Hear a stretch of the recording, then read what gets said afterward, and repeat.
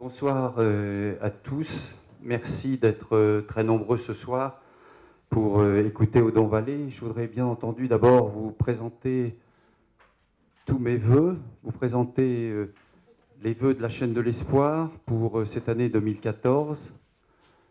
C'est une année très importante, c'est une année difficile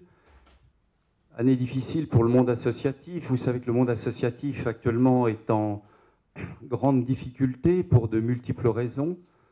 Raisons logistiques, raisons financières et peut-être un certain repli sur soi qui fait que le monde associatif a beaucoup de difficultés. Pour la chaîne de l'espoir, 2014, ça sera une année importante, une année qui verra probablement la naissance du grand projet africain pour lequel Alain Deloche se bat depuis 30 ans, j'allais dire 10 ans, 30 ans. Ça sera probablement la fin des travaux de la maternité à Kaboul. Et je vous le dis souvent ici, mais je crois qu'on en reparlera. J'espère qu'on en reparlera sans qu'il y ait de drame ou d'événements particuliers. Mais ouvrir une maternité à Kaboul, c'est quand même dans une année où les troupes se retirent. C'est l'élection présidentielle, c'est l'année de tous les risques. C'est aussi, 2014 sera l'inauguration du centre de neurosciences au Cambodge. Et ça sera aussi, je pense, la continuation de nos actions. Toutes ces actions n'existent que parce qu'il y a un collectif, parce qu'il y a une patte humaine qui s'appelle la chaîne de l'espoir et qui fait qu'on a tous envie de continuer et que, quelque part, on partage cette même vision des choses et cette projection vers l'autre. C'est l'enfant, mais bientôt, ce sera aussi la femme, parce que la gynéco et l'obstétrique rentrent comme une valeur et une science qui sera développée à la chaîne de l'espoir. J'ai aussi une pensée pour Chantal. Chantal vit des moments difficiles et on pense tous à elle. Ce soir, je voudrais remercier profondément Odon Vallée d'être venu. C'est un grand honneur pour nous. Odon Vallée est un des plus grands spécialistes des religions, avec une histoire toute particulière que j'aimerais simplement essayer de vous raconter très brièvement. Vous avez hérité d'une grosse fortune de votre père que vous avez mis à la disposition d'une fondation qui aide les jeunes de France et de l'étranger à poursuivre leurs études en France avec une bourse, je crois, d'environ 4 000 €. Vous travaillez notamment avec des jeunes, Paris, Bénin, Vietnam. D'ailleurs, vous rentrez juste maintenant du Bénin et j'imagine que la nuit a dû être un tout petit peu délicate. Et la grève des taxis. Et la grève des taxis. Vous avez accepté de nous parler des menaces qui pèsent sur les chrétiens d'Orient. Je me permets de vous livrer une étude qui est parue il y a quelques jours à peine. C'est l'index des persécutions dans le monde contre les chrétiens. Et l'on s'aperçoit que celles-ci ont très fortement augmenté en 2013. Bien sûr, c'est la Corée du Nord qui reste le pays le plus dangereux pour les chrétiens. Juste après, on note des pays comme l'Afghanistan, l'Arabie saoudite, l'Iran, l'Ouzbékistan et le Qatar. Par ailleurs, l'étude indique que dans les 36 sur les 50 pays recensés dans cette étude, l'islamisme est largement responsable de ces persécutions. Le dernier événement très notable, c'est le 22 septembre 2013 au Pakistan, un double attentat à Peshawar, à la sortie de l'église de Tous les Saints, qui a fait 89 morts. Alors pourquoi votre intervention ici est extrêmement importante et nous écouterons particulièrement vos propos, car vous devez savoir que la chaîne de l'espoir est très présente au Liban.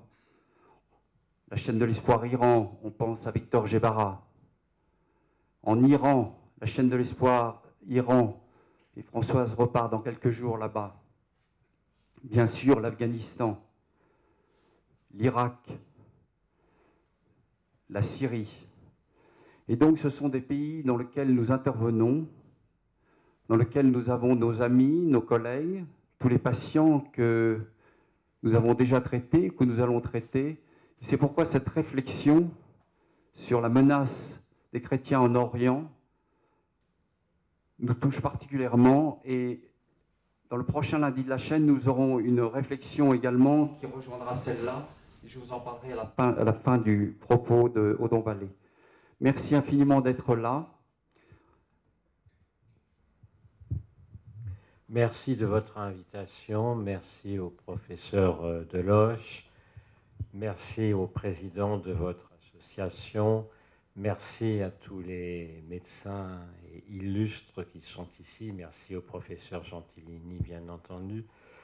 Moi, je suis un peu en pays de connaissance parce que j'ai enseigné pendant 9 ans les sciences humaines à Bichat et la Riboisière en première et deuxième année.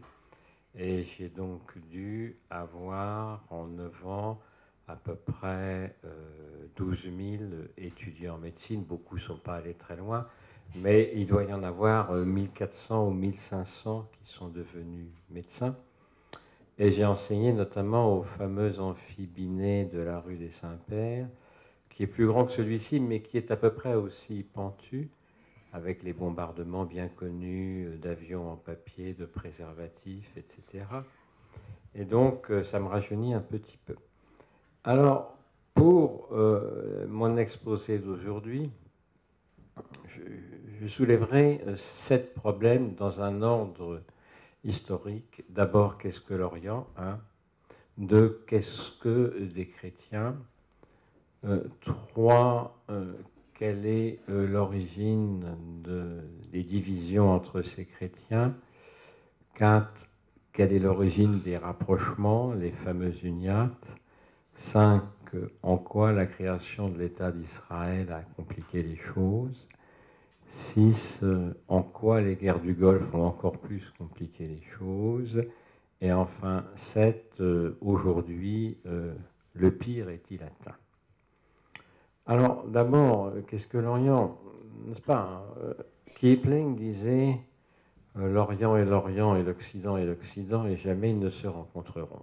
Il s'était évidemment trompé parce que quand vous regardez l'Inde, où il habitait, puisque son père était conservateur du musée de Lahore, l'Inde, dans bien des domaines, a rejoint l'Occident, entre guillemets, sur le plan technologique, dans bien des domaines, y compris le domaine médical. D'autre part, qu'est-ce que l'Orient, qu'est-ce que l'Occident ? Beaucoup aujourd'hui, notamment au milieu musulman, disent, mais chez les djihadistes, au fond, c'est quoi le christianisme ? C'est l'Occident, c'est le grand Satan et le petit Satan, les États-Unis et Israël. Mais où place-t-on la frontière entre Orient et Occident ? Parce que, au fond, ce qu'on appelle le Proche-Orient, c'est là où Jésus est né, mais aux États-Unis, on l'appelle Middle East, parce que la distance entre Paris et Jérusalem n'est pas la même qu'entre Washington et Jérusalem. Il est incontestable que Jésus est né en Proche-Asie, dans le croissant fertile, que cette situation fait qu'il est extrêmement difficile de dire si le christianisme est une religion occidentale et orientale. En fait, c'est pas évident dans la mesure où avant Christophe Colomb, il n'y avait pas de chrétiens en Amérique, et donc le centre de gravité du christianisme était plus oriental qu'aujourd'hui. D'autre part, si vous prenez les sièges d'évêchés au IVe siècle, 80% étaient situés en Afrique et en Asie et seulement 20% en Europe. Puis il y a un grand malentendu, c'est que les chrétiens ont beaucoup entendu parler de saint Paul, de ses épîtres aux Corinthiens, aux Romains, etc. Et saint Paul est allé vers l'ouest, par bateau, et avec beaucoup de naufrages. Mais on a complètement oublié Thomas, le jumeau, le didyme, qui lui a évangélisé l'Orient, l'Est. C'est-à-dire, il est réputé avoir été en Mésopotamie, il est réputé avoir été en Inde, c'est pas certain, mais enfin, on visite son tombeau à Madras, Chennai, et les chrétiens sont allés jusqu'en Chine, à Xi'an, où la présence des chrétiens est attestée au 7e siècle, c'est-à-dire 1000 ans avant l'arrivée des missionnaires européens. Donc en réalité, on peut dire que le christianisme s'est répandu vers l'ouest via saint Paul et quelques autres, et vers l'est via saint Thomas et quelques autres. Et qu'au Moyen-Âge, il y avait en Inde à peu près autant d'évêchés qu'en Europe. Mais tout ça a été complètement oublié. Tout ce christianisme extrême oriental, Asie du Sud, Asie de l'Est, on l'a oublié. Donc le christianisme n'est pas une religion occidentale, ni une religion orientale. C'est une religion qui est à peu près sur tous les parallèles et toutes les latitudes et longitudes et méridiens, et qui dès le départ était située en une région, le Proche-Orient pour nous, qu'il est très très difficile de qualifier d'occidental. Alors, deuxième point maintenant, qu'est-ce qu'un chrétien? C'est pas du tout évident. Le nom de chrétien a été donné à Antioche, hein, d'après les Actes des Apôtres. On a dit ils sont membres de la secte Airésis, hérésie du Nazoréen Jésus. Et à partir de ce moment-là, on a considéré qu'il y avait des gens qui n'étaient pas juifs, qui n'avaient pas une autre religion, qui étaient chrétiens. On les appelait comme ça. C'est le moment où le judaïsme commence à se séparer en partie du christianisme et où apparaît très progressivement une notion de chrétien. Alors ça se fait à Antioche, ça se fait à Jérusalem, ça se fait à Alexandrie, ça se fait dans un certain nombre de très grandes villes car le christianisme était un phénomène urbain. Et ça se fait toujours dans ce croissant fertile qui va du Tigre et de l'Euphrate jusqu'au Nil en passant par le Jourdain et par l'Oronte.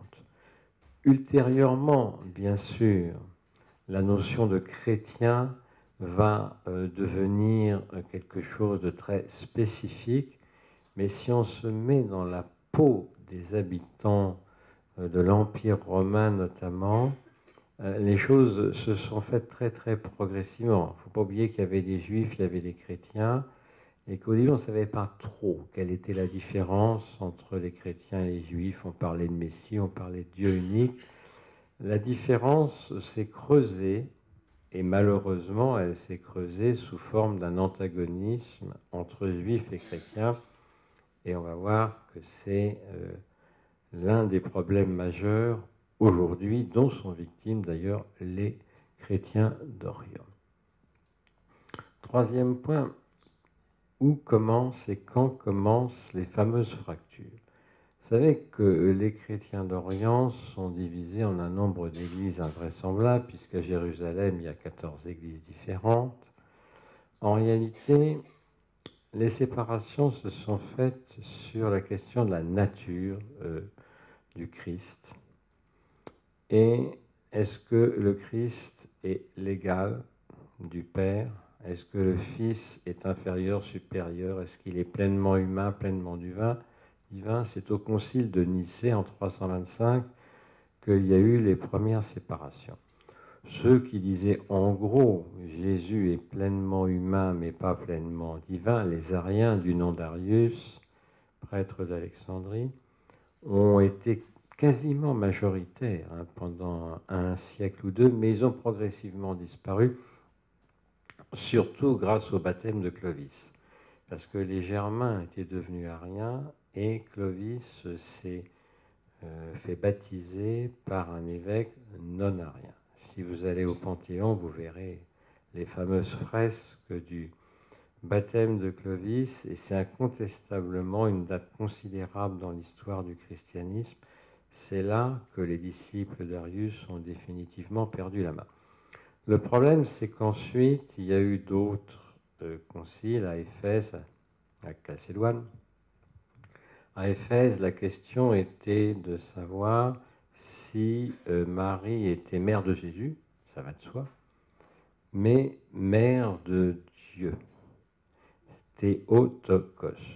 Alors certains disaient, elle est mère de Jésus, c'est incontestable, mais elle n'est pas mère de Dieu. On les appelait les Nestoriens du nom d'un évêque Nestorius.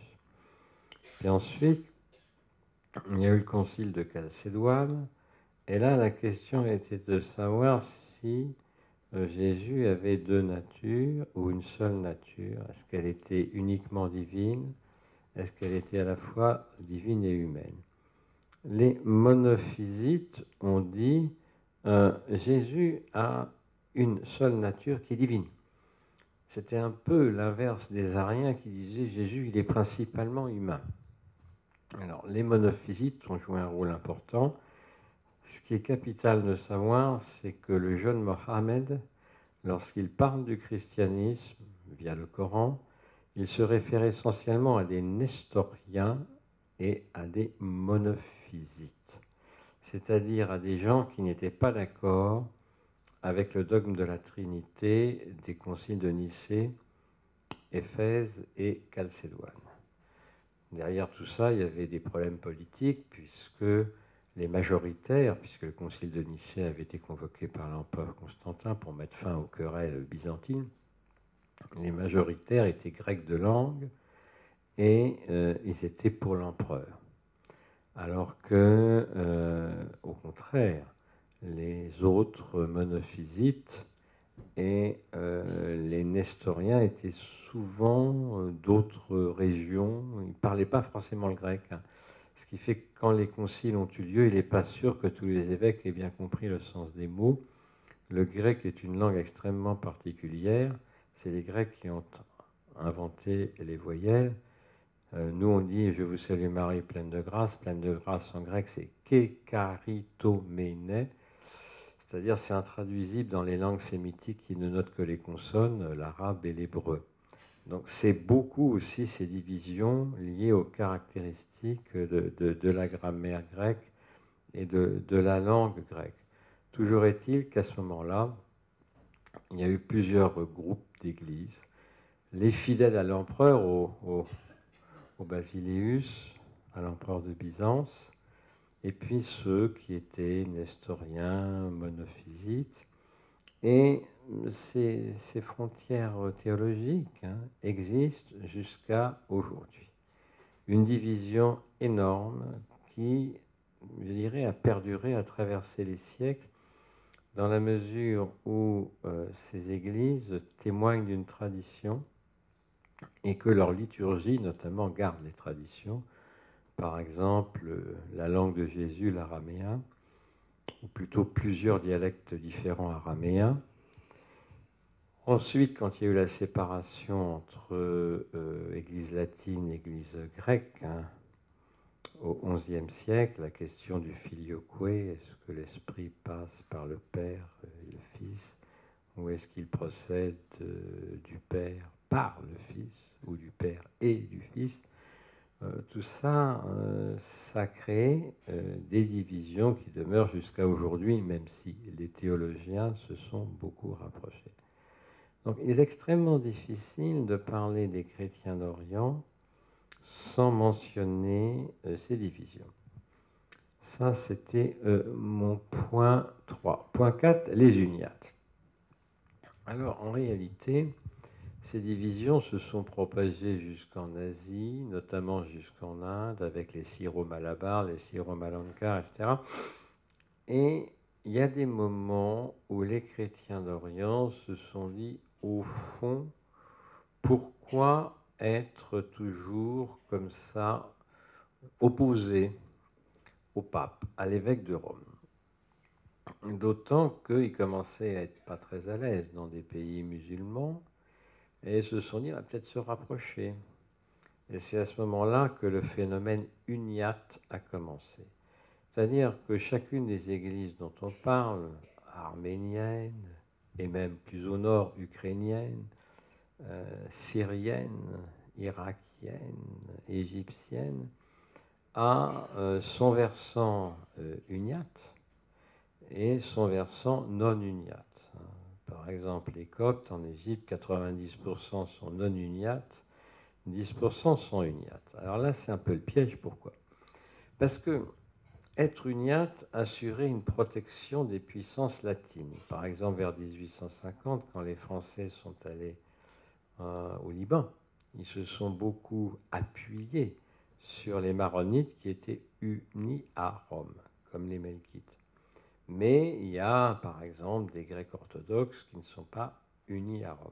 D'une certaine manière, céder un petit peu sur la théologie, c'était aussi se mettre à l'abri grâce à la flotte française, à l'armée française, etc. Bon, c'était un gros problème, parce que la grande majorité de ces chrétiens d'Orient sont des Arabes. Alors, est-ce qu'on peut être à la fois arabe et chrétien?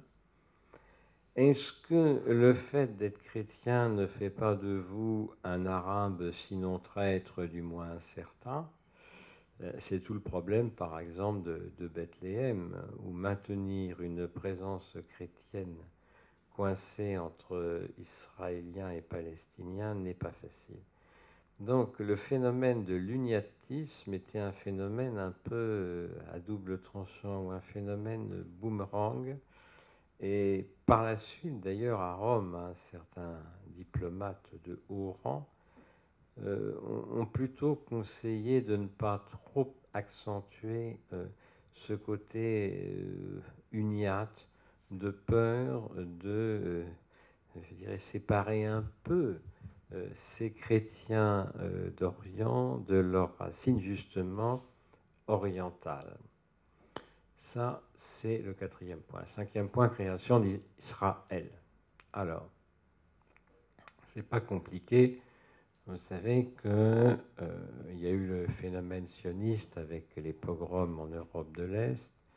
Et donc, les Juifs sont, à partir de 1890, avec Theodor Herzl, ont migré vers Israël et ont commencé à mettre en valeur la terre d'une manière tout à fait remarquable. C'était en gros des socialistes intellectuels qui ont créé ces fameux kibbutzim, des kolkhozes. C'est eux qui ont fait les premières crèches, c'est eux qui ont donné un rôle important aux femmes, tout ça a très bien marché, mais c'était des petites colonies. Puis il y a eu un gros problème le 1er juillet 1916, c'est que l'armée anglaise et l'armée française ont attaqué sur la Somme. On parle toujours de Verdun, jamais de la Somme. Il y a eu plus de morts sur la Somme qu'à Verdun. Et après une préparation d'artillerie, les Tommies sortent des tranchées avec les cornemuses, persuadés que leurs canons ont fait taire les mitrailleuses allemandes. Grosse erreur. Il y a eu 60 000 morts chez les Anglais en quelques jours et à peu près autant ou presque chez les Français. Et alors là, à ce moment-là, l'état-major anglais était vraiment très ennuyé. Et il y a un chimiste d'origine russe et de confession juive, Weizmann, qui va voir le ministre des Affaires étrangères, Lord Balfour, et qui lui dit, écoutez, j'ai mis au point un nouveau procédé à base d'acétone pour renforcer l'effet détonnant de la poudre des obus. Moi, je veux bien mettre mes usines à votre disposition. Il était originaire de Russie, mais il avait une usine à Manchester. Mais en revanche, moi, je voudrais un foyer national juif. Ou une patrie. Il a dit une patrie. Balfour commence par dire non. Alors, Weizmann revient à la charge et il dit je vais convaincre mes co-religionnaires américains de pour que les États-Unis ils fassent pression sur le gouvernement américain pour qu'il entre en guerre. Alors Belfort dit d'accord. Et à ce moment-là, c'est la fameuse déclaration Belfort qui promet non pas une patrie, mais un foyer national juif, au même moment où on promet un royaume arabe, c'est-à-dire une seule terre pour deux peuples. Les chrétiens n'y étaient pour rien. Les chrétiens de l'époque, pendant la guerre de 14-18, n'étaient rigoureusement pour rien dans ce qui se passait en Europe. Exactement comme les musulmans du Proche-Orient n'étaient pour rien. À partir du moment où il y a eu ce problème israélien, qui s'est aggravé, si vous voulez, durant le mandat britannique entre les deux guerres et après la Deuxième Guerre mondiale, la situation des chrétiens est devenue assez ambiguë. Vous savez qu'il y a des chrétiens qui ont été des Palestiniens plus que convaincus et parfois fort violents, comme Georges Habash. Il y a des chrétiens qui ont créé des mouvements dits terroristes, et puis d'autres pas tellement. En réalité, l'opposition musulman-juif est devenue un système à trois, chrétiens, musulmans, juifs. Ça a énormément compliqué les choses. Et pour compliquer encore, sixièmement, les guerres du Golfe. Alors il y en a qui ne s'est pas trompé, c'est Jean-Paul II. Par deux fois, première guerre du Golfe, deuxième guerre du Golfe, il a pris position contre le gouvernement américain. Ce qui n'était pas très sympa, parce que les Américains, via la CIA et ses différents faux-nés, avaient quand même beaucoup aidé Solidarność et les catholiques polonais. Si le rideau de fer est tombé, c'est en partie grâce à Solidarność et à Jean-Paul II. Enfin, il avait pris parti contre ces deux guerres du Golfe.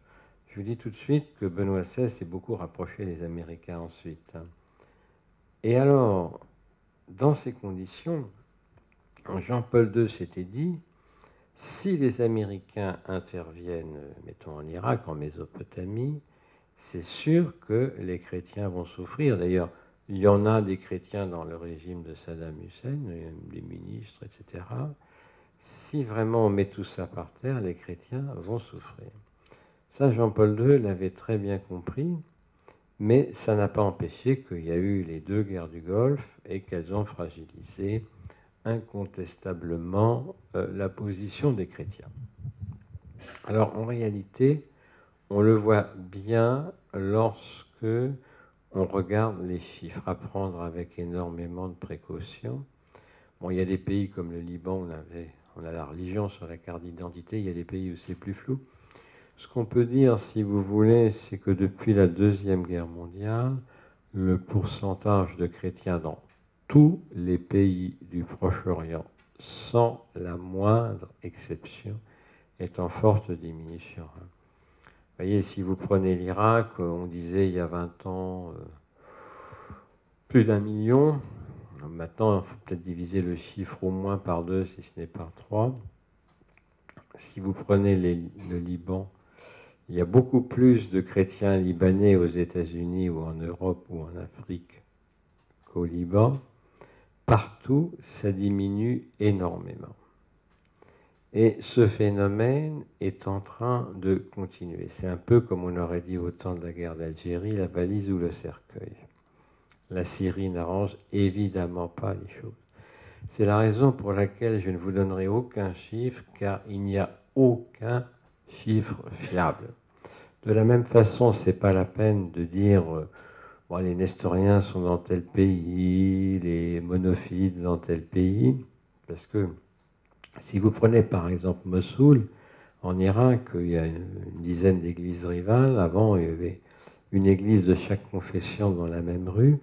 Bon, ben maintenant, la plupart, ils sont dans d'autres pays. Quand vous voyez ce qui se passe en Syrie, il y en a qui sont réfugiés dans d'autres pays. Donc, en réalité, y compris en région parisienne. Donc, en réalité, la carte des communautés chrétiennes du Proche-Orient est, je dirais, en recomposition permanente, mais toujours dans le sens du rapetissement. La seule certitude, c'est que la communauté la plus importante et de très loin est la communauté copte, monophysite d'Égypte, à 90% coptes orthodoxes, comme on dit, et à moins de 10% coptes uniates. Communauté copte qui, vous le savez, est plus ou moins jumelée au christianisme éthiopien qui lui-même est monophysite. C'est de très loin la plus grande communauté, je pense que ce qu'on appelle les chrétiens d'Orient, on peut dire qu'il y en a au moins 60 ou 70% qui sont en Égypte. Alors maintenant, dernier point, et aujourd'hui et demain, qu'est-ce qui va se passer? Alors, en réalité, je pense qu'il faut quitter un tout petit peu le Proche ou Moyen-Orient et descendre un peu vers l'Afrique. N'oublions pas qu'il y a des communautés orthodoxes importantes en Afrique de l'Est. N'oublions pas aussi qu'en matière de tensions intercommunautaires, ça descend beaucoup, puisque vous l'avez vu avec Centrafrique, Selaka, Anti-Belaka, etc. Vous avez vu avec le Nigeria, Boko Haram, etc.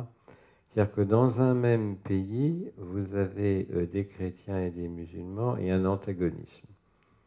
Et le fait nouveau, c'est que les chrétiens ne se laissent pas toujours faire, on l'a vu à Bangui, et que désormais, il y a, on peut le dire, des guerres confessionnelles. Progressivement, la dimension confessionnelle prend le dessus. Qu'est-ce que ça va donner dans l'avenir? Je ne suis pas prophète. Je dirais que, incontestablement, que ce soit au Proche-Orient, en Afrique du Nord avec le printemps arabe, que ce soit maintenant en Afrique centrale, la situation des chrétiens n'a jamais été aussi difficile depuis 100 ans. Le pape François a essayé de faire une journée pour la paix en Syrie et toujours pas la paix, avec d'ailleurs un dilemme terrible, c'est que les dictateurs protégeaient souvent les chrétiens. Que ce soit Saddam Hussein ou que ce soit la famille Assad en Syrie. Alors, est-ce qu'il faut être pour la démocratie qui risque de chasser les chrétiens ou pour les dictateurs qui protègent les chrétiens de manière très intéressée?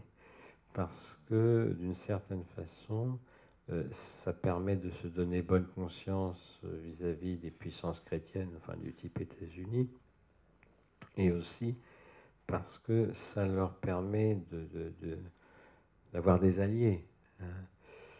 Quand on regarde un peu la position des prélats au Proche-Orient, il y en a beaucoup qui étaient en faveur du statu quo et certains qui étaient en faveur du printemps arabe ou proche-oriental. Ils sont divisés. Un peu comme en Côte d'Ivoire, il y avait les évêques pro-Gbagbo et les évêques pro-Ouattara. Donc, à mon avis, c'est en ce moment beaucoup en Afrique que c'est en train de se jouer. Dans la mesure où les phénomènes ultra-violents qu'il y a pu y avoir au Proche-Orient sont désormais étendus à une bonne partie de l'Afrique. Et pour ne rien arranger, la paix entre Israéliens et Palestiniens, je crois qu'il faudra encore attendre un peu, et peut-être un peu beaucoup. En d'autres termes, ça ne va pas bien pour les chrétiens, c'est un peu quand même la valise ou le cercueil. Alors qu'est-ce qu'il faut faire? Vous avez là encore des prélats qui ont changé d'idée, qui au début disaient mais il faut absolument les garder. Par exemple, dans le nord de l'Irak, il y a des régions magnifiques, des belles régions de collines verdoyantes, où les chrétiens sont en sécurité. Mais en même temps, les jeunes veulent partir. On peut pas leur en vouloir. Ils vont aller, je ne sais pas moi, du côté de Sarcelles, en Seine-Saint-Denis, c'est peut-être pas le 16e arrondissement de Paris, mais c'est peut-être mieux que de recevoir des bombes sur la tête. Le problème se pose un peu partout. Faut-il partir? Faut-il rester? Vous vous souvenez que De Gaulle, pendant la guerre d'Algérie, était persuadé que les Pieds Noirs allaient rester en Algérie. Et c'est en l'espace de peut-être 2 mois, 3 mois, au printemps 62, que les Français d'Algérie se sont aperçus que c'était la valise ou le cercueil. Je pense qu'on est dans une situation comme ça. Alors le pire n'est jamais sûr, mais pour éviter le pire, malheureusement, il faudra que les négociations pour la paix israélien-palestinien progressent. Je ne vois pas comment on peut faire autrement, parce que regardez le gouvernement Obama, il n'a pas eu de succès. Clinton et le Premier ministre israélien, Barak, en l'an 2000, avait failli avoir trouvé un accord avec les Palestiniens et surtout avec les Syriens. Il s'en est fallu d'une bande de terrain de 100 mètres sur les bords du lac de Tibériade pour qu'on ait un traité de paix entre la Syrie et Israël. Et c'est passé très près d'un accord jusqu'à l'échec des négociations sur Sharm el-Sheikh et puis Ariel Sharon qui a mis les pieds sur l'escalade des mosquées. Donc en réalité, les chrétiens ne sont pas les, je dirais, responsables de leur situation. Ils sont les témoins et victimes d'antagonismes multiples et divers. Espérons quand même qu'il y en a qui vont rester. Et puis essayons de bien accueillir ceux qui vont rentrer chez nous. Je vous remercie, mais je suis à votre disposition pour toutes les questions.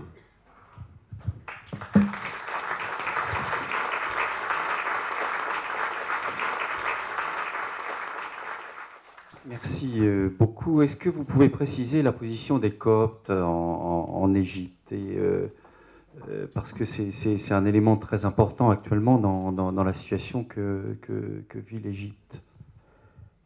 Sadat ne s'entendait pas très bien avec les chrétiens. Il s'est mieux entendu avec les Israéliens qu'avec les chrétiens. Moubarak s'est entendu pas mal avec les chrétiens parce qu'il avait libéré un peu de prison le patriarche, le pape des Coptes. Et dans une large mesure, j'aurais tendance à dire que les Coptes d'Égypte étaient relativement satisfaits du régime Moubarak, tout en lui reprochant de ne pas les défendre quand même suffisamment. Mais enfin, les adversaires des Coptes, c'était quand même les frères musulmans. Je pense que ce qui s'est passé depuis 2 ans en Égypte montre que la situation des chrétiens égyptiens est quand même nettement plus fragile. Ce n'est pas une situation quand même valise ou cercueil, on n'en est pas là.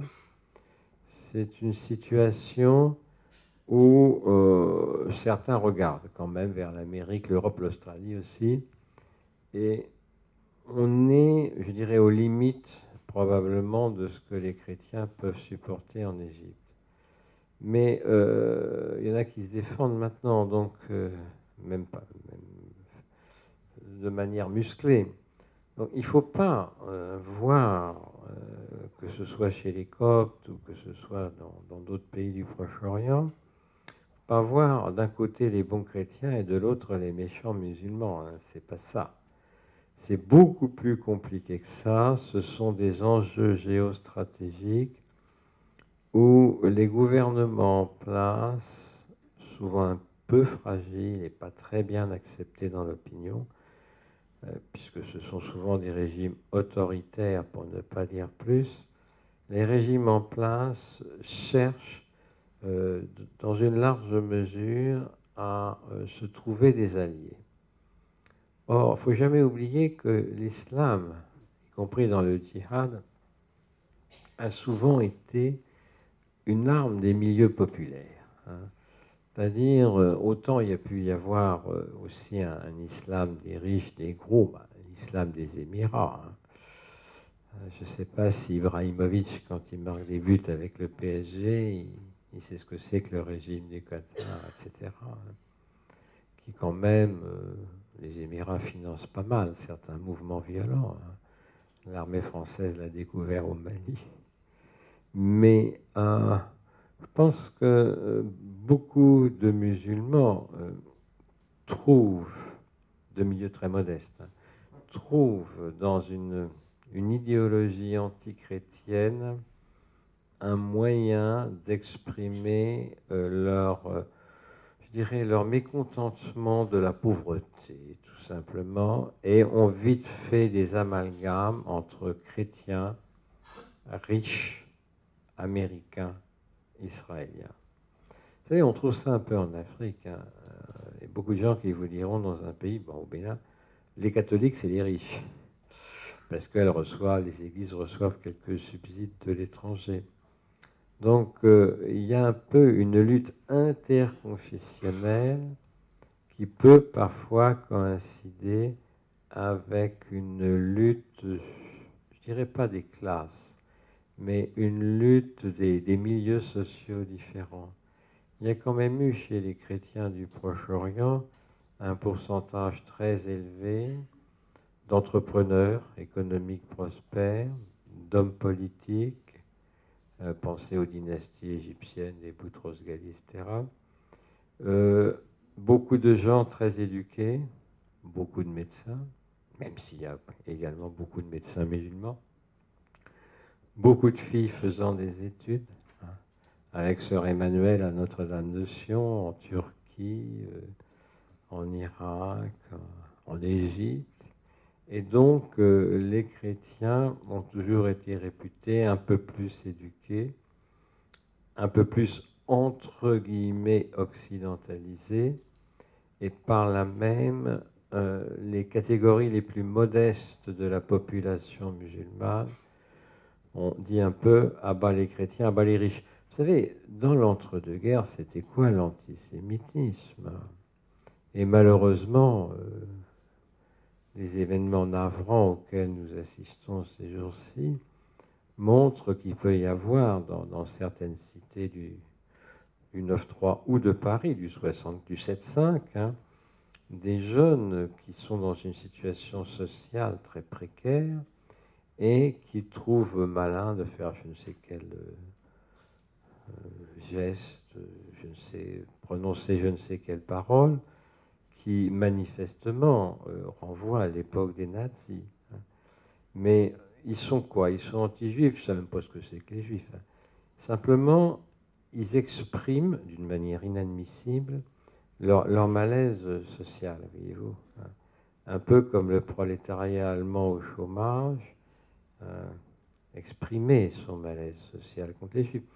Moi, je me souviens, en 1983, j'ai fait un voyage à Berlin avec l'Institut des hautes études de défense nationale. Il y avait une exposition au Reichstag qui racontait un peu l'incendie du Reichstag, tout ça. Et il y avait un vieux gardien qui nous avait dit, voilà, 6 millions. Ah, il a dit quoi? Vous voulez dire 6 millions de juifs tués? Il a dit non. D'abord 6 millions de chômeurs allemands. Sous-entendu, c'est ça qui explique les 6 millions de juifs exterminés. Le bouc émissaire. Je crois que, comparaison n'est pas raison, n'exagérons rien, mais il peut aussi y avoir, chez des catégories très modestes de la population, et Dieu sait si dans certains pays du Proche-Orient le niveau de vie est très bas, des catégories qui, au fond, cherchent un ennemi, j'ose pas dire de classe, mais quasiment chez le chrétien réputé plus aisé, mieux formé, machin, etc. Et bien sûr, réputé proche des Américains, même si c'est pas vrai, réputé proche d'Israël, même si c'est pas forcément vrai du tout. C'est un peu le bouc émissaire, le chrétien. C'est moi qui ai le micro. Françoise Ostalier, bonjour monsieur. Je voudrais vous poser 2 questions, s'il vous plaît. Vous avez parlé des Coptes en Égypte. Alors, est-ce que la prochaine constitution qui va être votée, je crois, là dans les jours qui viennent, en Égypte, va apporter un éclairage positif par rapport à la situation des Coptes? Et est-ce qu'elle pourra ensuite faire tache de neige, je ne sais pas, sur son environnement? Deuxième question, par rapport aux chrétiens d'Afrique, la France, qu'elle le veuille ou non, a une influence certaine en Afrique. Et est-ce qu'on ne pourrait pas profiter justement de cette influence pour distiller un petit peu de laïcité? Ah, ça c'est compliqué. Alors, la Constitution, je suis docteur en droit public, habilité à diriger les recherches. Bon, bien sûr, on espère qu'il y aura un texte constitutionnel en Égypte qui garantisse les droits des, restons laïcs, des minorités. Simplement, est-ce qu'une constitution est toujours respectée? C'est ça le problème. Alors, bien sûr, il peut y avoir d'autres solutions consistant à donner à chaque religion une représentation nationale. Seulement, comme les chrétiens sont minoritaires, c'est un peu dangereux. Si vous voulez, les Coptes, par exemple, ont toujours été sous-représentés dans l'administration publique égyptienne. Alors, laïcité en Afrique, bien. Je viens du Bénin, qui est sans doute le pays le plus religieux du monde. Tout le monde a une religion. Tout le monde s'entend bien. Il y a des vaudous, il y a des protestants, je ne sais combien d'églises, des catholiques, des musulmans. Tout le monde s'entend très, très bien. Les médecins, d'ailleurs, moi parmi mes boursiers, j'ai des internes qui sont musulmans, qui sont protestants, qui sont catholiques. Aucun problème. Mais dans d'autres pays, ça n'est pas le cas. Alors, c'est toujours à peu près pareil. Les hommes politiques cherchent quand même l'appui des religieux, toujours. Par exemple, au Bénin, dès qu'il y a un ministre élu, il fait dire des messes. Des messes pour la prospérité de son ministère, puis après des cultes protestants, puis après des prières à la mosquée, puis ainsi de suite. Puis des petites enveloppes versées à chacun, évidemment.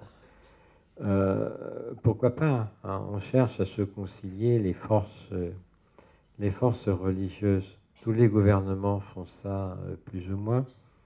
Puis généralement, ils peuvent changer de religion. Hein. Regardez Bongo, etc. Hein. De changer de religion, ce n'est pas forcément une mauvaise idée quand on sent que le vent tourne. Le problème de la laïcité, c'est pas évident. Hein. Je pense que le plus grand homme d'État laïque en Afrique, c'était Bourguiba. Hein.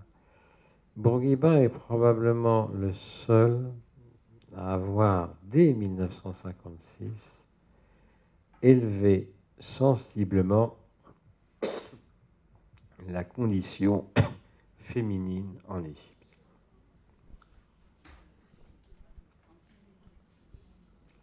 Je tousse un peu parce que j'ai eu l'harmattan. Ceux qui connaissent le vent sec savent que ça fait tousser.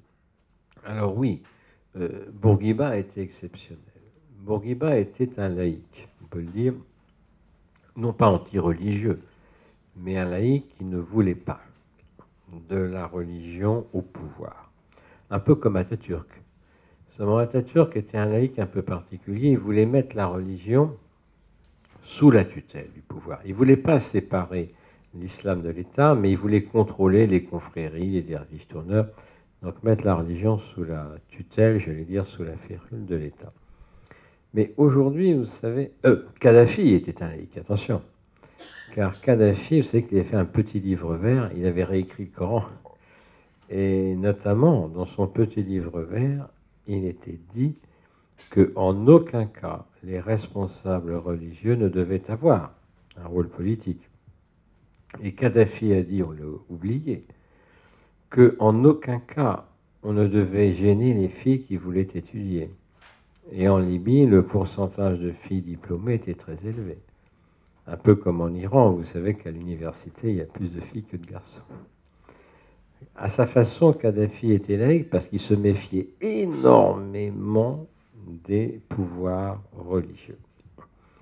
Mais en même temps, est-ce qu'on peut aller plus loin dans la mesure où, dans des pays très pauvres, si vous voulez, le sentiment religieux demeure aussi, qu'il soit musulman, chrétien ou autre, un lien social. Vous savez, il ne faut pas croire que le Hezbollah, les frères musulmans, subsisteraient s'ils n'avaient pas une certaine dimension sociale. Et si vous allez au Pakistan, Dieu sait s'il y en a des violences, mais les restos du cœur, tout ça, c'est les mosquées qui nourrissent les plus pauvres. Hein. Un peu comme la Shorba chez nous, le Secours islamique. C'est-à-dire que les religieux les plus convaincus et parfois extrémistes ont une fibre sociale. Ils savent aussi manier le social pour l'intérêt du religieux. Mais d'une certaine manière, toutes les religions ont une dimension sociale. Si vous allez chez les Sikhs en Inde, eux, ils ont créé les Restos du Cœur il y a 400 ans, puisqu'ils ont les fameux Langar, L-A-N-G-A-R, qui sont des Restos du Cœur, c'est ouvert à tout le monde. C'est une salle à manger à côté du temple où on ne paye pas. Donc, en réalité, les religieux ont souvent l'oreille du peuple, alors que le pouvoir ne l'a pas. Quand vous voyez le pouvoir tunisien de Ben Ali, il ne connaissait pas le peuple. Mais quand vous allez aujourd'hui au Proche-Orient ou en Afrique, on sent bien à quel point les gouvernants n'ont pas l'oreille du peuple. Ils s'en méfient, ils ont peur d'assassiner déjà. Et puis le monde politique, le monde des ambassades, le monde des ministères vit tellement loin du peuple que il ignore le peuple. C'est pas qui c'est.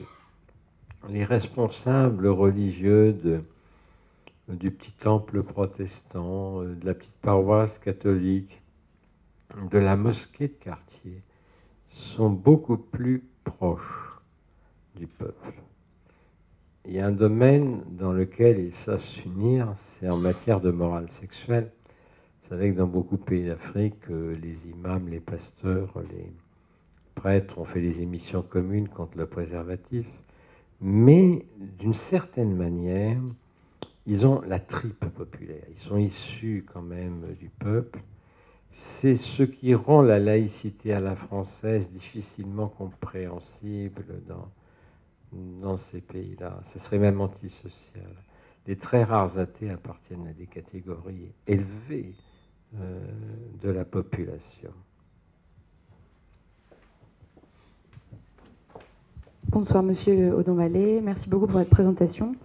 J'ai une question qui concerne le passage d'une relative cohabitation donc, des différentes communautés, qu'elles soient chrétiennes et musulmanes ou chiites et sunnites, à des guerres confessionnelles aujourd'hui dans plusieurs pays du monde arabe et également en Afrique. Alors, vous savez, aucune guerre n'est uniquement religieuse, mais aucune guerre n'existe sans dimension religieuse. Je m'explique. Si vous prenez par exemple, je ne sais pas moi, la Saint-Barthélemy, protestant catholique, au XVIe siècle en France, il y avait une dimension politique, c'est clair. Est-ce que le pouvoir du roi de France allait être contesté par les Huguenots et la RPR, la religion prétendue réformée, comme on disait? Mais c'est pareil, en Irlande, dans la lutte protestant-catholique, il y avait une dimension économique. Quand il y a eu la crise de la pomme de terre en 1847, les antagonismes religieux ont redoublé. Beaucoup de gens ont émigré, la famille Kennedy notamment. Il y a eu toujours un lien entre le politique, l'économique, le social, le culturel, le religieux. Quand peut-on dire qu'une guerre est purement une guerre de religion? C'est pas évident. Même la guerre la plus laïque qui soit, celle de 14-18, avait un côté religieux, la fameuse union sacrée. Pas évident. Vous savez, l'Église catholique, ses plus grands défenseurs ont toujours été des francs-maçons. Alors, le premier, bien sûr, c'est Benjamin Franklin et le paratonnerre. Je vous rappelle qu'en moyenne, une église en France avait son clocher détruit par la foudre tous les 100 ans, à peu près. Donc, grâce à Benjamin Franklin, nos belles cathédrales ont pu survivre jusqu'à nos jours. Le plus grand protecteur de l'Église catholique, c'est Jules Ferry, évidemment, qui a protégé les missionnaires catholiques partout, qui s'est fait battre à la Chambre par Clémenceau et les députés au cri de Abba Ferry le Tonkin parce qu'il protégeait les missionnaires catholiques. Gallieni, franc-maçon, était un extraordinaire protecteur des missionnaires catholiques à Madagascar. Chez tout anticlérical, il y a un clérical qui sommeille. Et chez tout clérical, il y a un anticlérical qui sommeille. Comme avait dit le père de Lubac qui confessait l'abbé Pierre à la veille de son ordination, « Monsieur l'abbé, soyez anticlérical ». À peine ordonné prêtre chez les Capucins, il est parti des Capucins pour être prêtre diocésain. C'est compliqué. On est toujours beaucoup plus en conflit avec ses amis et alliés. Freud appelait ça le narcissisme des petites différences. En réalité, les ministres les plus favorables à l'Église catholique en France ont souvent été des francs-maçons. Et en même temps, les plus défavorables ont souvent été des chrétiens. Parce qu'il y avait des rivalités, protestants-catholiques. Regardez l'école alsacienne, le gymnase a été inauguré dans les années 1880 par Paul Bert, qui considérait le clergé catholique comme du phylloxéra. Donc en réalité, je crois que les haines ont toujours été extrêmement profondes au sein d'une même religion. Quelles sont les premières victimes de l'islamisme? C'est les musulmans. La guerre terrible au Pakistan entre chiites et sunnites, c'est effroyable. Ils sont musulmans, mais l'autre, c'est le diable. Ce n'est pas un vrai musulman. Et regardez les Ahmadis au XIXe siècle, ils ont été persécutés au Pakistan, terrible, terrible. Et regardez, parmi les chrétiens, c'est pareil. Les pires guerres, ça a quand même été chez nous en religion, entre des chrétiens, catholiques, protestants, etc. Donc, oui, je dirais que les guerres de religion ont quand même un bel avenir devant elles. Cela étant, le corps médical est un cas un peu particulier. D'abord, vous savez que jusqu'à aujourd'hui, il y a deux religions d'origine largement surreprésentées, c'est le judaïsme et le protestantisme. Parmi les gloires de la médecine française, faites un tableau statistique, vous verrez. Prenez, rien que chez les protestants, les Monobroca, Merle d'Aubigné, etc. Vous avez déjà une bonne moitié pas une moitié, mais un bon tiers des gloires de la médecine française. Bon, puis de l'autre côté, il y a des Lyon-Camp, il y a des etc. Vous savez pourquoi? Puisque pendant fort longtemps, l'Église catholique avait interdit les dissections.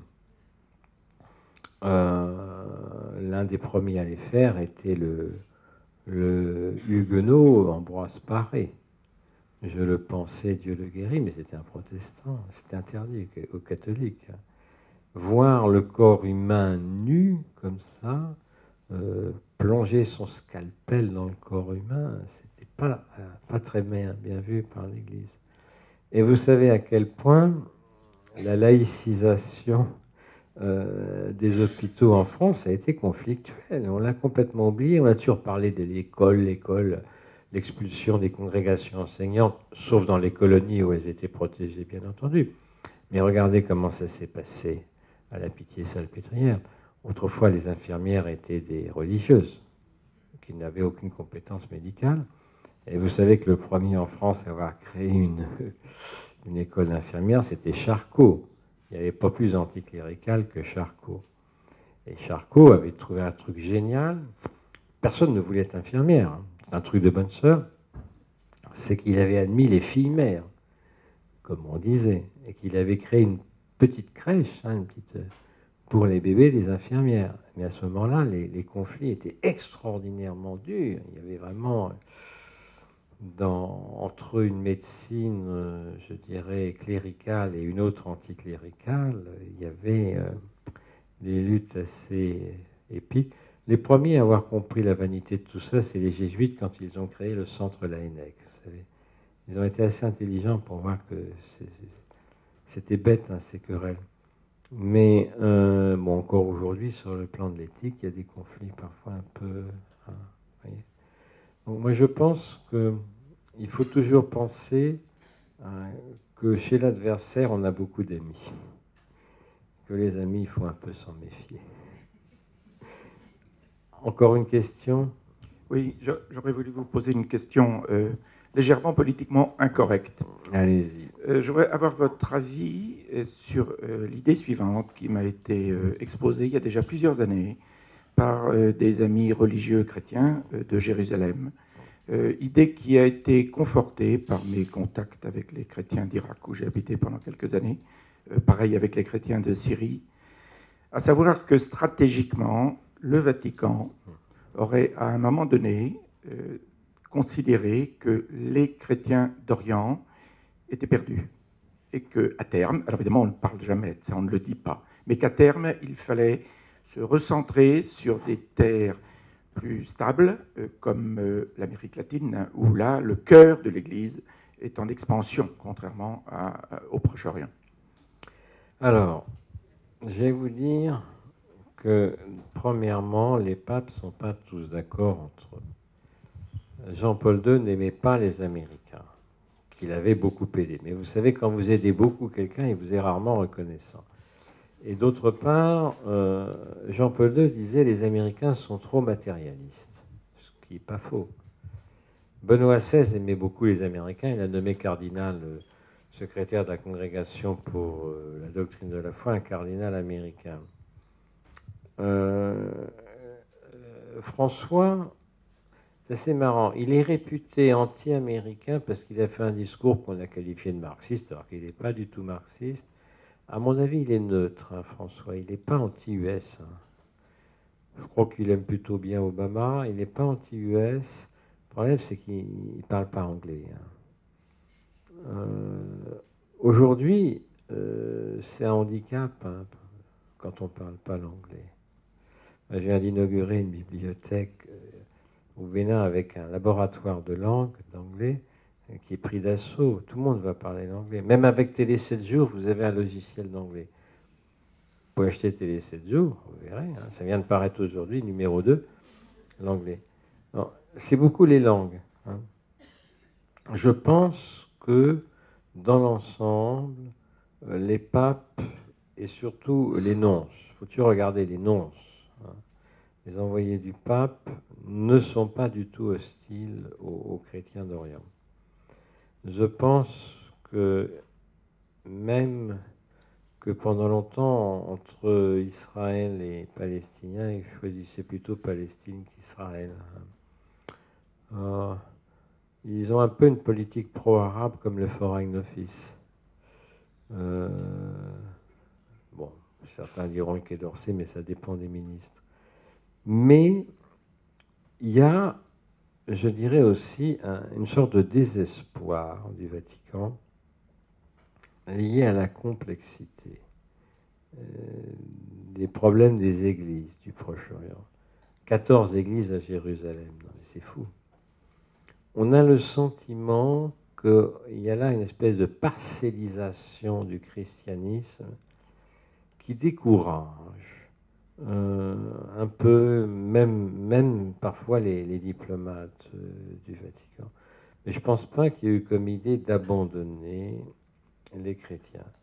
Je vous dis, Jean-Paul II, par 2 fois, a dit « Zut, aux bouches, père et fils ». C'est pas rien quand même. Hein, de dire non au président de la première puissance mondiale, en sachant que les évêques américains pèsent beaucoup, qui financent beaucoup le Vatican, etc. C'est décourageux de la part de Jean-Paul II. Mais c'est vrai que parfois, il y a un peu un découragement, si vous voulez. Les conflits religieux au Proche-Orient, c'est un peu comme la misère en Afrique, c'est récurrent. Oui, il y a un moment où ça lasse. Je ne pense pas que le Vatican ait vraiment abandonné les chrétiens d'Orient, même si certains papes ont été, je vous dis, plus ou moins favorables à eux. Il y a un pays quand même qu'il faut citer, c'est la Jordanie. Les chrétiens, dans l'ensemble, étaient bien traités en Jordanie. Bien traités en Jordanie, même si nous sommes inquiets actuellement concernant l'avenir de ce pays, qui est quand même juste à côté de la Syrie. Hein. Voilà. Encore peut-être quelque chose? Oui. Excusez-moi. Merci pour votre exposé. Vous avez posé des points de repère historiques. C'est génial, on peut s'y repérer. Le problème, c'est que je pense que vous avez sauté une longue période. Vous avez omis de dire certaines réalités historiques. Par exemple, dans le 18e et 19e siècle, vous avez tout de suite parlé de la création d'Israël qui a mis les chrétiens en porte-à-faux par rapport aux musulmans.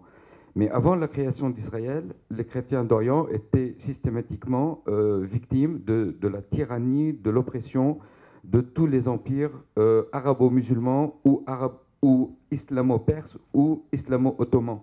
Donc il n'y avait pas Israël encore. Est-ce que vous pouvez nous parler un tout petit peu de la racine de ce conflit? Et puis vous parlez des protecteurs des minorités et des chrétiens, donc les dictateurs. Vous ne pensez pas que les chrétiens, au nom de la protection des minorités, les chrétiens sont pris en otage pour mieux marchander avec l'Occident, comme ce que fait Assad aujourd'hui, qui est connu pour avoir vidé la Syrie non seulement des chrétiens, mais aussi des Syriens? Alors, sur le premier point, il serait évidemment totalement faux d'accuser l'État d'Israël d'être la source des maux MAUX des chrétiens. Ça serait totalement faux. Le coupable, ce n'est pas Israël. Le coupable, c'est Sarajevo. C'est-à-dire le jour où il y a eu l'attentat contre François Ferdinand, il y a eu une guerre terrible. Je parle souvent de ça avec mon ami l'archiduc Lorenz de Habsbourg. On refait jour après jour cette guerre. À partir du moment où il y a eu cette double promesse de Lord Balfour aux Arabes, royaumes arabes, et aux Juifs pour le foyer national, la situation était intenable. Alors auparavant, si vous voulez, à l'époque Théodore Herzl, le phénomène n'avait pas la même importance. Avant, bien entendu, les chrétiens avaient, comme les juifs, un statut de dhimmi qui était un statut inférieur. Nous sommes bien d'accord. Mais le problème, c'est que la guerre de 14-18 en Europe a exporté, si vous voulez, le conflit européen ailleurs, tout cela aggravé par les fameux traités de Versailles, Saint-Germain, Trianon et surtout Sèvres, le traité avec la Turquie qui a été une catastrophe puisqu'il a fallu le corriger 3 ans plus tard par le traité de Lausanne et qu'il y a eu plusieurs dizaines de milliers de chrétiens qui ont été tués en Irak. Et auparavant, plusieurs centaines de milliers de chrétiens arméniens tués en Turquie. Donc ne nous méprenons pas, ce n'est pas l'État d'Israël qui est responsable du sort des chrétiens, c'est le grand conflit suicidaire de 14-18 dont on fête le centenaire qui a entraîné une situation beaucoup plus compliquée au Proche-Orient. En gros, voilà à peu près. Alors, il y avait aussi une autre question. Oui, Assad et compagnie. Bon. C'est terrible parce que, si vous voulez, Assad, c'est hyper compliqué, cette histoire d'Alaouite, cette toute petite minorité qui dirige une majorité de sunnites. En même temps, il y a une minorité de chrétiens qui s'en tiraient pas si mal. Il y a des chrétiens dans les montagnes de l'Anti-Liban, tout ça. Alors que faire, comme disait Lénine? C'est terrible, hein, parce que certains chrétiens de Syrie disaient, mais il faut, et certains évêques disaient, mais il faut se contenter de ce qu'on a. Assad, c'est peut-être un tyran, mais il nous fiche une paix royale, gardons-le. Puis d'autres disaient, enfin, on ne va pas garder cette espèce de tyran sanguinaire. La division, elle est passée à l'intérieur même du camp chrétien en Syrie, comme dans d'autres pays, Je ne crois pas qu'il y ait unanimité chez les chrétiens de Syrie La seule certitude, c'est que leur nombre a probablement déjà été divisé par 2. Voilà.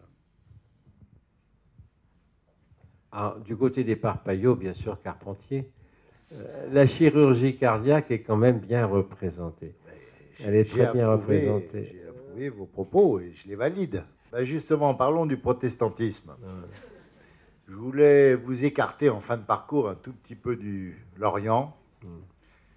Ce qui m'a beaucoup frappé, je ne suis pas le seul, étant très présent en Afrique centrale surtout, c'est la progression des églises dites évangéliques, mais une progression fulgurante d'année en année, avec...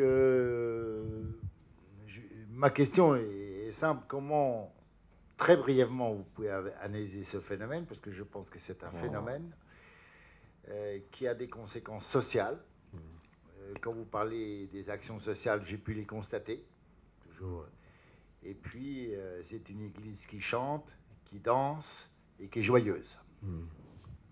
Alors, le phénomène évangélique, c'est très compliqué, parce que toute église est évangélique, mais en gros, incontestablement, depuis un peu plus de 120 ans, l'église pentecôtiste a été créée en 1906. Les évangéliques, c'est un phénomène majeur. Aujourd'hui, il y a dans le monde autant d'évangéliques que de non-évangéliques. Les églises historiques sont en baisse. Et les églises historiques, calvinistes, luthériennes, anglicanes, sont beaucoup plus ouvertes, beaucoup moins conservatrices que les églises évangéliques, notamment dans la lecture de la Bible.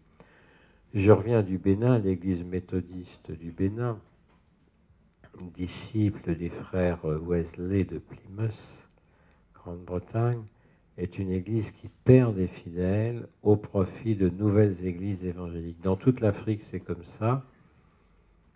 L'Église catholique perd des fidèles en Amérique latine au profit des évangéliques. Le pape François le sait.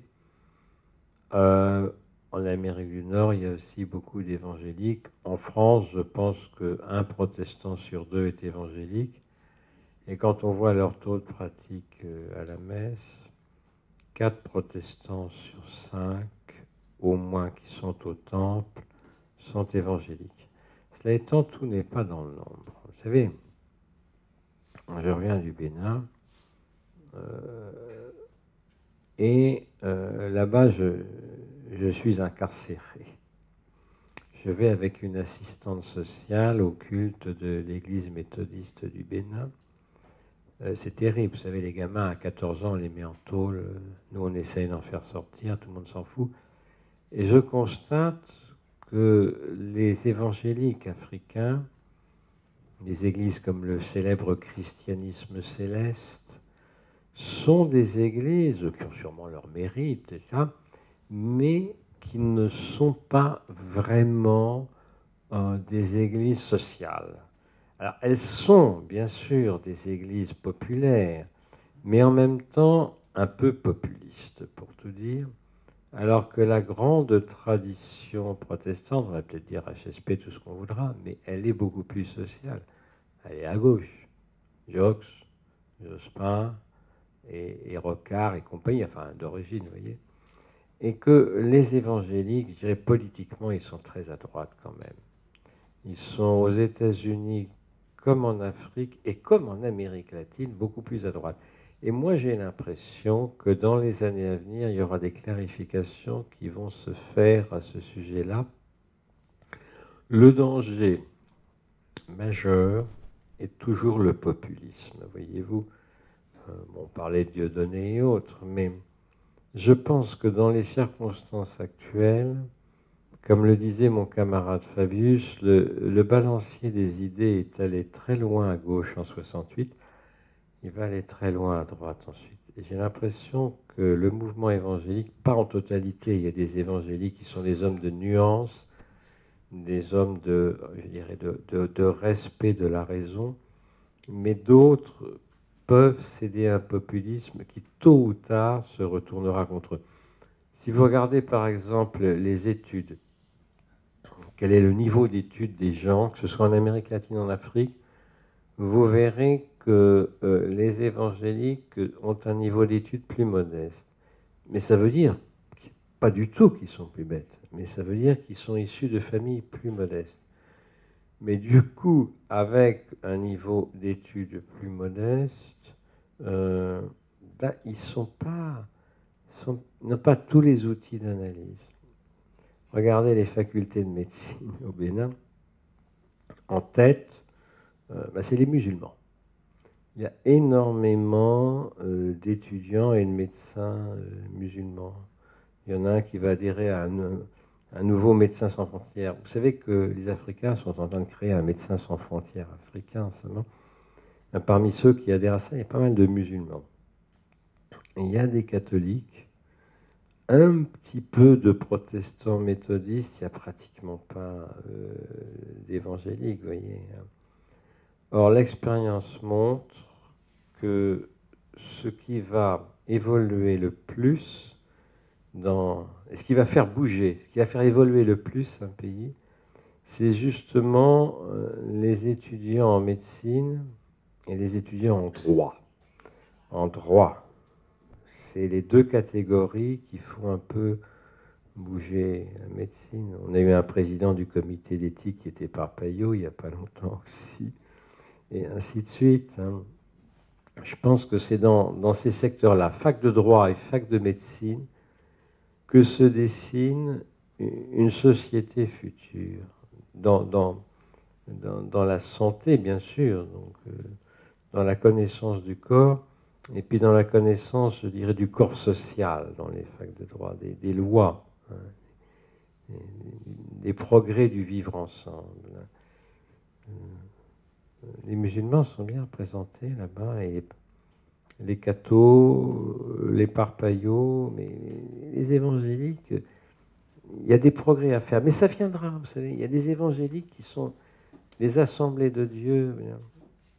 Vous savez qu'au Bénin, dans la ville du Nord qui s'appelle Natitingou, la première personne à savoir lire et écrire était un pasteur protestant qui est toujours en vie, qui s'appelait le pasteur Yokossi, et il a appris à lire et à écrire dans la Bible à l'école du dimanche avec des missionnaires protestants.